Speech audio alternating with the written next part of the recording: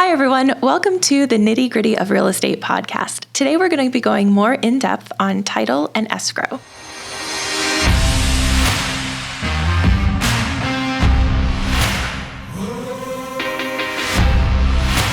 All right, we are back with Samantha Williams from Pioneer Title today.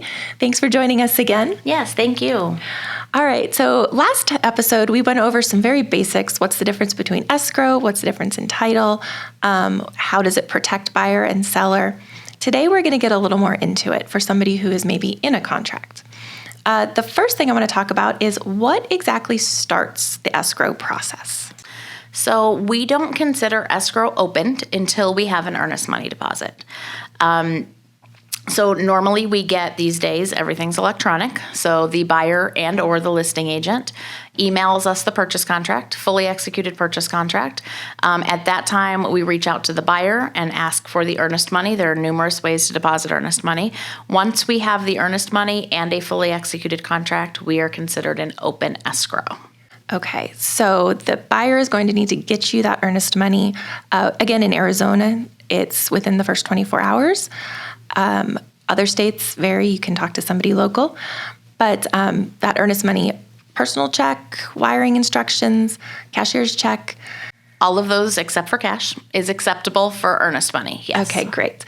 So then once you've got the earnest money, escrow is opened. And what does that mean? What starts then? So then we are going to order the title search because we need to know that the person that signed the contract is the seller of record. If not, obviously we've got to go back to the agents. We want to make sure that we are the right property.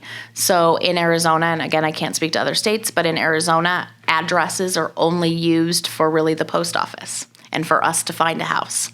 What you are selling is a legal description. Addresses can change at any time. People readdress properties all the time. So we want to make sure that what the buyer thinks they're purchasing is really what the buyer's purchasing. Kind of important. Kind of, yes. So we're going to look at that legal description and make sure that it lines up. And that turnaround time on a title commitment is normally about 5 to 7 days. So once we open escrow and we order that title commitment, we expect in the next 5 to 7 days to get that in so that we can review it. As soon as we get it in, we review it. We send it out to all parties in the transaction for their review as well. Okay, so that leads into my next question then. Obviously, you look at title commitments all the time. A real estate agent probably has looked at them quite a bit as well. Buyers and sellers often have not. So can you walk us through a little bit of what that title, like what to expect in that title commitment and what in particular a buyer or seller should pay attention to? Yes, and I always tell buyers and sellers to reach out to us and talk to us about them because there are different things on every single title commitment. But and you should be able to rely on your escrow officer to review that document because you're not an expert in it. You've probably only seen one or two in your lifetime. But that being said, again, you want to make sure that where it says who owns the property is the seller that signed your contract. So you are in a legal and binding contract. If it's not the seller that signed the contract, we don't have a binding contract. So it's definitely something to look at. And the legal description as well. If you know what your legal description of the property you're purchasing is, that's something very important to look at. From a seller standpoint, there's a portion of the title commitment that will say Schedule B1, which is the requirements. All of those requirements have to be met prior to closing. So in those requirements are going to be any liens or judgments. HOA, homeowners association, that we need to address, any delinquent taxes that we may need to address. All of those will be listed in what's called Schedule B Section 1.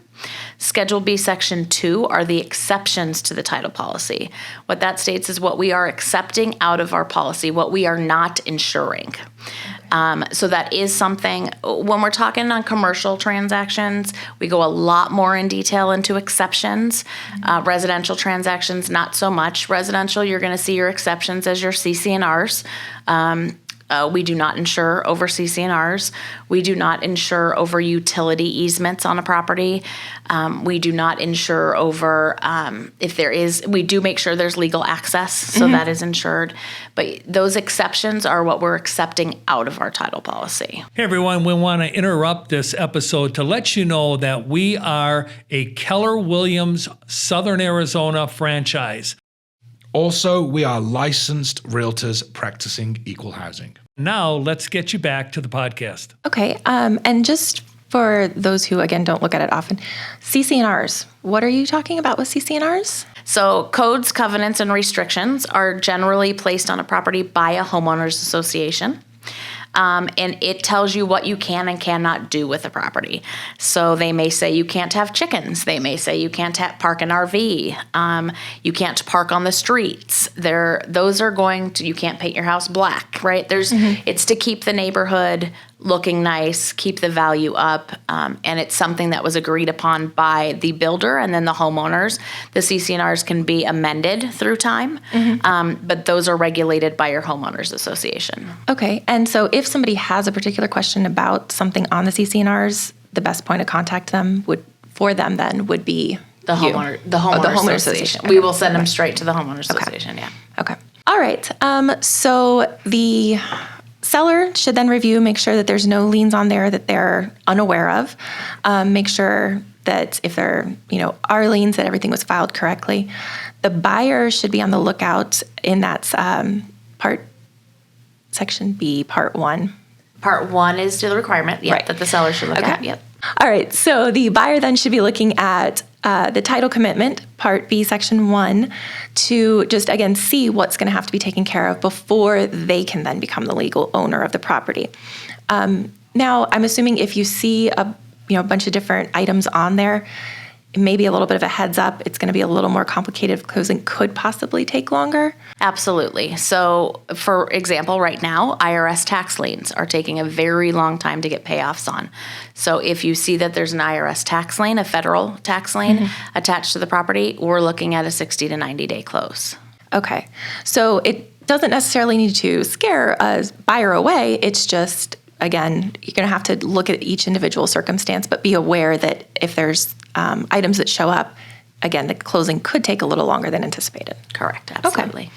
All right. And so then let's talk about title insurance. We touched on it again in the previous podcast, but there is the seller purchases title insurance, the buyer purchases title insurance.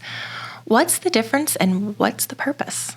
So in Arizona, the Arizona real estate contract is written up that the seller purchases pays for the owner's title policy on behalf of the buyer.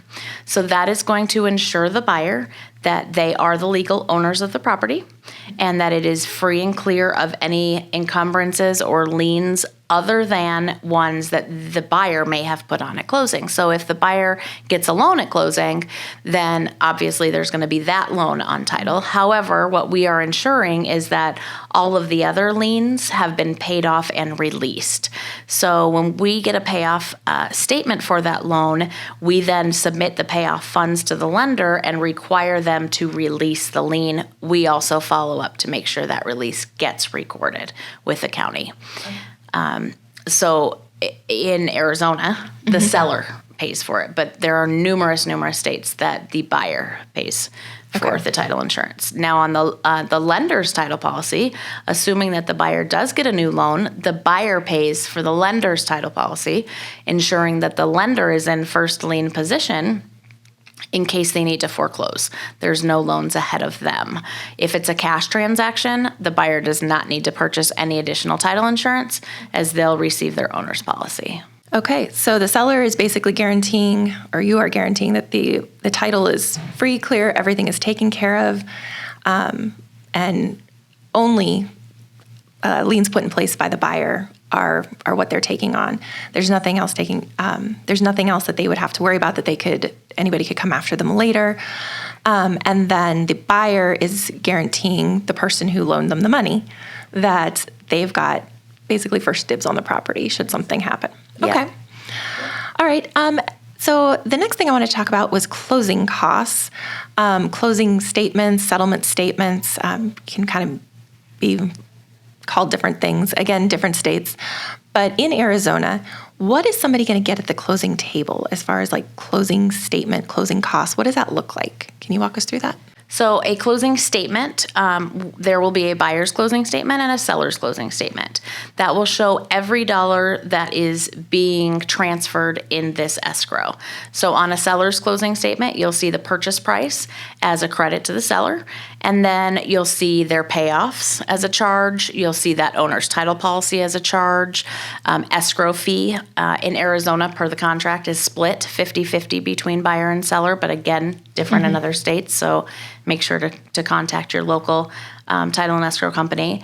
But in Arizona, it will be split. You'll also see recording fees to the recorder's office to record the transaction will be on there. Say the seller in Arizona, we have termites. So say the seller had to do a termite treatment. They want to pay that through closing. That will be on there. Any homeowners association dues that need to be paid will be on there as a charge. Commissions will be on there as a charge. So it'll show all of the credits to the seller as well as all of the debits from the seller, charges from the seller, and then a bottom line due to the seller at closing. On the buyer side, the same thing, except for you're going to have a charge for the purchase price and then a credit for your new loan amount to offset that. But again, you're going to be charged half of the escrow fee, recording fees. Maybe you did a home inspection and you want to bill that through escrow, or a termite inspection and you want to bill that through escrow.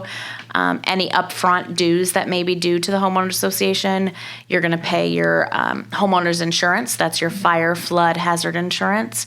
All of those things are going to be reflected. So again, you're going to have two different columns, a debits column and a credits column. And at the bottom, it'll tell us how much money we need from the buyer at closing. Okay, so that would be the buyer's closing costs then. Before we get into the buyer's closing costs, one of the things you mentioned was paying through escrow. So I know a lot of times sellers may think it's a little daunting, like they might know that their roof needs repaired. If they can find a roofing company that will agree to be paid through escrow, that can be then taken out of the proceeds. Is that right? Exactly. And so that way the seller doesn't have to come out of pocket money prior to closing. It will just be deducted from the amount that they receive at closing. Okay, that's a great tip to know for our sellers. And then talking about buyer closing costs, on the contract, there is a space where we talk about seller concessions. How does that get applied? Like that, certain things can be applied and not applied towards the buyer's closing costs. This might be particularly important for first-time home buyers, I'm guessing. Well, it's really if you have a loan. Okay. So if there is no loan and you're purchasing cash, then we will just use the full amount. So if the seller on the contract has agreed to pay up to $5,000 to the buyer at closing, there's a $5,000 credit. It's black and white. If the buyer is obtaining a loan, the lender typically only allows that credit to be used towards existing costs. So the lender will tell us these are the costs that we can use that credit for, or not. And again, that's the Arizona contract is very specific to where it states in that seller concession. It states something like up to X amount of dollars at the lender's sole discretion. So it's up to the buyer's lender how much of that can be used. Okay, so if they want to know how much to ask for in closing costs or what they are absolutely going to have to pay for and they can't ask for in closing costs, really the point of contact there needs to be their loan officer then. That's correct, yeah. Okay, to outline that. All right, well, I think we hit on quite a bit here today. Again, if you have any questions, be sure to reach out to us. If you're not in the state of Arizona, we will certainly put you in touch with somebody who is an expert in your state. Samantha, thanks for joining us. Yes, thank you so much for having me. Hey, thank you for listening and watching the Nitty Gritty podcast here with the Tom J. Krieger team. If you are thinking about buying a home, selling a home, or even investing in real estate, please reach out to us. We are local here in Tucson, Arizona, but we are also connected to over 4,000 agents across the US. So again, looking to buy, sell, or invest in your hometown, reach out to us and let us connect you.